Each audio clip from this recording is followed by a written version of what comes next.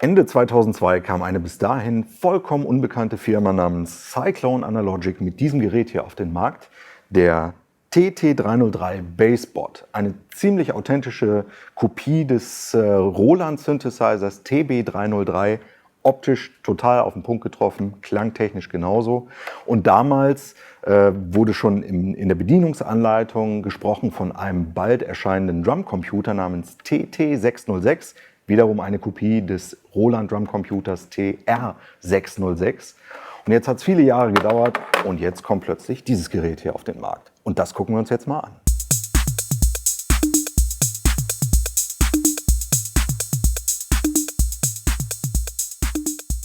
Der TT606 Drum Drone ist ein voll analoger Drumcomputer und orientiert sich vom Aufbau recht nahe an der TR606 von Roland. Wir haben hier oben eine Reihe von Lautstärkereglern, mit der wir die verschiedenen Instrumente regeln können. Wir haben hier einen extra Akzentregler, um gewissen Steps nochmal einen gewissen Extra-Punch zu geben oder eine Lautstärkenanhebung. Und hier ganz neu, das hatte die TR606 nicht, ein Tonregler, mit dem man jedes einzelne Instrument in seiner Beschaffenheit variieren kann. Hier unten haben wir den bewährten Step-Sequencer, 16 Steps. Der Drum Drone ist in der Lage, 4 mal 16 Steps nacheinander abzuspielen. Das heißt, eine Länge von 64 Steps ist hiermit möglich. Ja, und dann fangen wir einfach mal an. Es gibt folgende Instrumente, wir hören mal durch. Es gibt natürlich eine Bassdrum. Los geht's. Mit dem Tonregler kann man hier sehr schön die Tonhöhe variieren. Gehen wir zur Snare Drum. Mach ich mal lauter.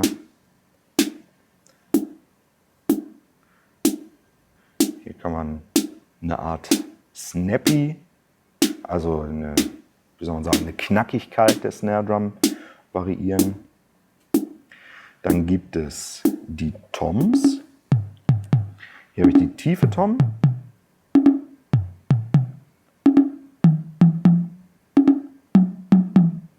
Tiefe Tom auch in der Tonhöhe variierbar und genau das gleiche mit der hohen Tom.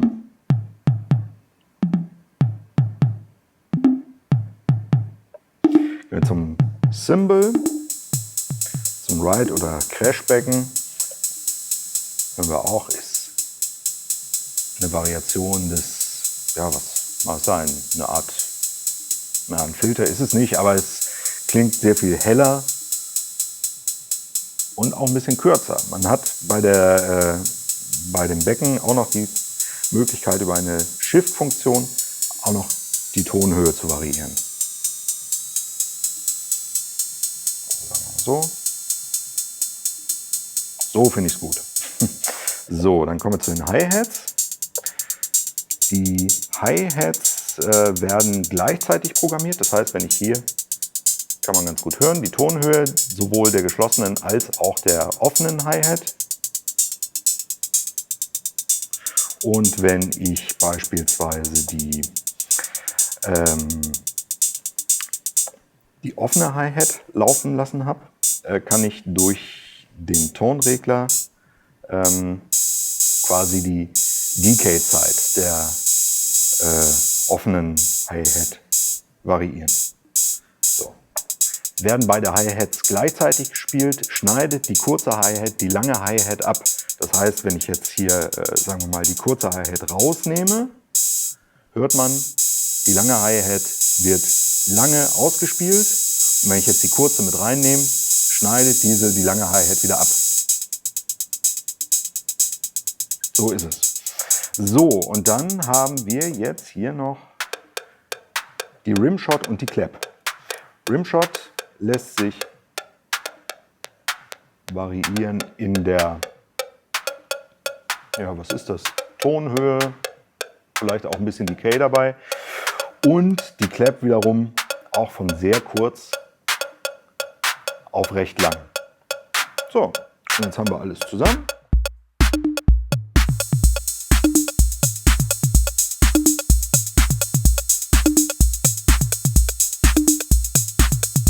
Eine weitere Funktion, die der Drumbot bietet, ist die Accent-Funktion. Das heißt, man kann, das konnte man auch schon auf der TR606 von Roland, Akzente setzen auf spezielle Steps. Ich kann entweder global für alle Instrumente gleichzeitig den Step setzen. Das mache ich mal hier. Das heißt, ich setze jetzt einfach mal auf alle 2 Steps ein Accent und dann hören wir mal, was da passiert. Da fängt das Gerät schon deutlich an zu grooven, wenn da ein bisschen mehr Dynamik passiert. Ich kann aber auch, wenn ich diese Steps wieder rausnehme, ich kann für jedes Instrument einen individuellen Akzent setzen. Das heißt, wenn ich jetzt hier beispielsweise einen, sagen wir mal, auf der Snare, ich mache mal die anderen alle aus. Hier hören wir die Snare. Dann kann ich separat einen Akzent auf die Snare setzen. Hört man auch, ne? Eindeutiger Lautstärkeunterschied. So.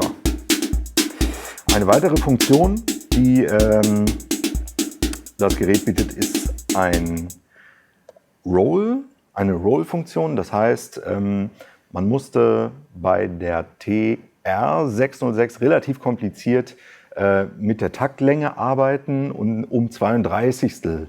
Noten einzugeben. In diesem Fall kann man sehr easy über die Roll-Funktion eine 32. Note setzen. Das funktioniert auch relativ einfach. Ich mache es einfach mal an. Man hört es ganz gut an den Hi-Hats.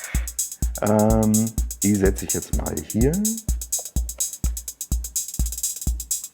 Und da passiert der typische Plastic Man 32. Sound. Sehr, sehr schön. Eine Flam-Funktion oder Flam gibt es auch. Flam steht quasi dafür, ist ein Effekt, der auftritt, wenn man zum Beispiel, man hätte 2 Drumsticks mit einer Snare Drum und würde zeitgleich mit diesen Drumsticks einen Schlag quasi generieren. Das Ganze klingt dann so. Ich nehme mal ein leeres Pattern beispielsweise. Nehmen wir mal die Snare Drum. Da kommt der normale Schlag und der Flam-Schlag klingt dann folgendermaßen. Also mit 2 Sticks gleichzeitig. Wie praktikabel das tatsächlich am Ende ist, das muss jeder selber für sich rausfinden. Aber es ist natürlich super, dass es funktioniert.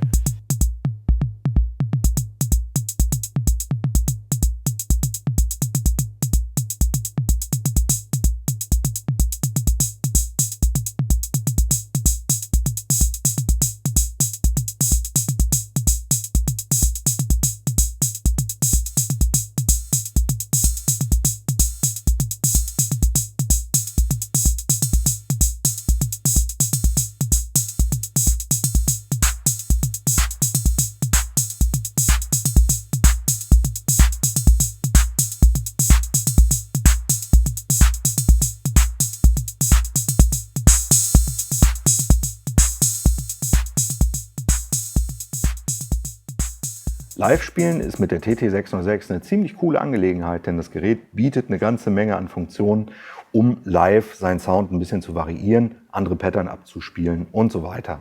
Wir gucken uns das mal im Detail an. Ich habe hier ein Pattern vorbereitet, das klingt so. Jetzt kann ich natürlich einerseits Elemente ganz normal über diese Regler ein- und ausblenden und den Klang variieren. Es gibt aber auch die Möglichkeit, einzelne Instrumente zu muten.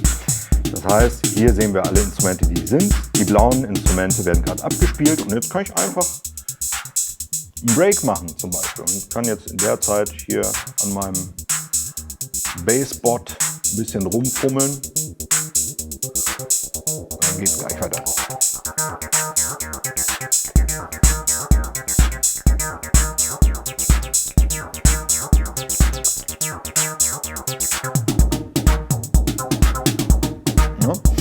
Und eine andere Möglichkeit ist das sogenannte Fill-Pattern. Das heißt, ich kann im Vorfeld ein Pattern vorbereiten, das quasi in einem Break abgespielt wird. Dann drücke ich hier einmal auf den Knopf und dann wird das Pattern einmal abgespielt und springt sofort wieder zurück in das Ursprungspattern.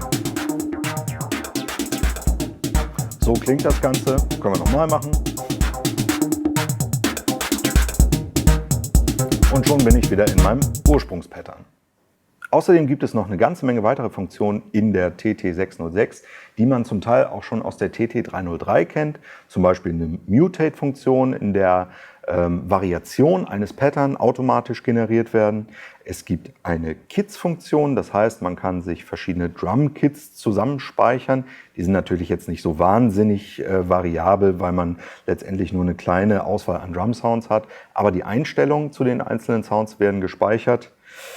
Es gibt eine Copy-, eine Paste-Funktion und natürlich MIDI-In-Out Einzelausgänge. Auch eine sehr, sehr gute Sache, um im Mix etwas präziser die Drum-Sounds abzugreifen. Also insgesamt toller Sound, coole Kiste, macht richtig viel Spaß und ist ab sofort erhältlich.